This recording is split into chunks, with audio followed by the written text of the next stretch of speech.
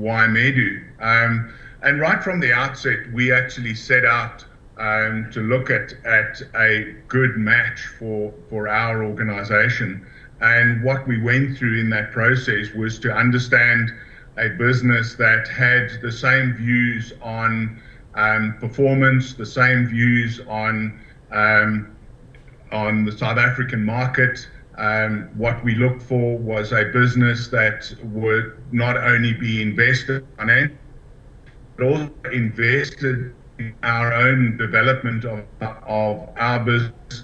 And the process in actually selecting Medu took probably the best part of a year. And for me, was one of the most enlightening processes that I've ever been through in leading the African business. It has completely transformed my view on what one can achieve through a much more South African-centered and obviously Black economically empowered business. And I think where we are and where we've arrived at with Medu Capital is testament to that, the fact that that was a successful process. Medu for us was really the partner of choice, and having met Ernest and his team, certainly focused on that being an owner-managed business with that motivated and committed management team, a flat organization structure where decisions were made really, really quickly. And right from exactly a year ago, having met Ernest and his team for the first time and walked the journey with them, we understand that decision was certainly the right one for us. While we got involved in Weir, what was our investment rationale? The first point, I think it gave us an opportunity to invest around an established and internationally supported business that's been around for a long time, since 1871, with over 15,000 people globally. So you're partnering with a multinational with deep knowledge and experience. So that was the first important point. The second point, it's no doubt within the industry, the Woolman and the Barrow brands are highly regarded and established brands in their industries. Weir, again, has got a blue chip client base, and we like the approach of partnering the customers over the life of mine, and they do that by providing a lot of services and space to sustain their operations over time. The last point is more from an investment side. Clearly, it met within our investment criteria, and again, within private equity, you don't have the luxury to invest in every opportunity that you get. So again, just to give a sense, we don't have the luxury to invest in any business we have because we do have access to limited capital, and you can see our investment rate is about 1 in 40. So firstly, for Weir to have met investment criteria, really talks to the caliber of, in our minds, management. You know, you don't buy any business without good management. In a private business, it's more so the caliber and the quality of your management is quite critical. So it really be a testament to the good management of the Weir team, and so certainly evidence of the very sound business model that Weir has. This initiative enhances the company's value in terms of mining industry customers, especially with regards to the imperatives of the mining charter. Could you maybe just elaborate for me on why or how this actually takes place for a mining customer? And then the second focuses more on the actual empowerment transaction. I mean, Medu Capital's shareholding is now just over 25%. So, I mean, how does this affect the decision-making process in the company, and what role will Medu play in Weir Minerals going forward? We looked at the partner landscape. We wanted someone to partner with that was interested in a long-term relationship. That was the first criterion that we set. The second one was we wanted a partner that was as performance-driven as we are, that also had a successful track record, and Ernest has covered that through his presentation.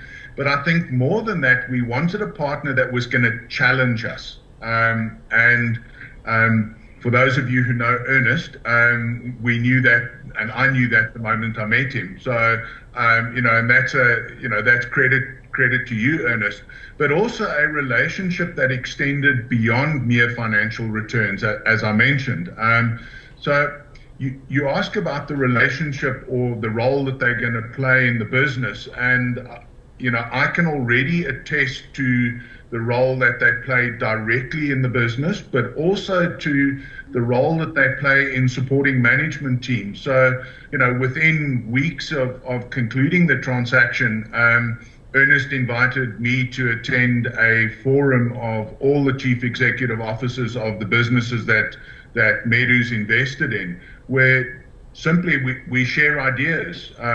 What are we doing around management during the lockdown, around running teams? So, there's a direct role that they play in that decision making in the business, and that would be as a shareholder of Weir Minerals South Africa. But I think there's also a wider role that they play in that business, and that is around what is the value, experience, diversity that Ernest and his team, and for that matter, all the other chief executive officers of the businesses that they're invested in, actually bring to the organization. And that is immense. And I think both of those are really, really important. Let me deal with your first question now. So what does this mean for a mining company? And the decision-making process that we went through prior to actually concluding this transaction was, one, for us to continue to be relevant in the South African market, we had to be more South African. And I think that was the primary decision-making criterion that we actually had. The secondary to that was, to be more South African, we obviously have to be a lot more representative than we were as a wholly owned multinational.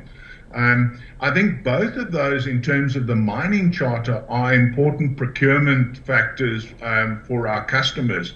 And in going through the decision making to get there, that was absolutely critical for us, that not only were we still relevant in terms of the market and the product offering that we had, but were we relevant as a South African business to do business with. I hope that answers your question, Simone. Yes, it does. Thank you so much.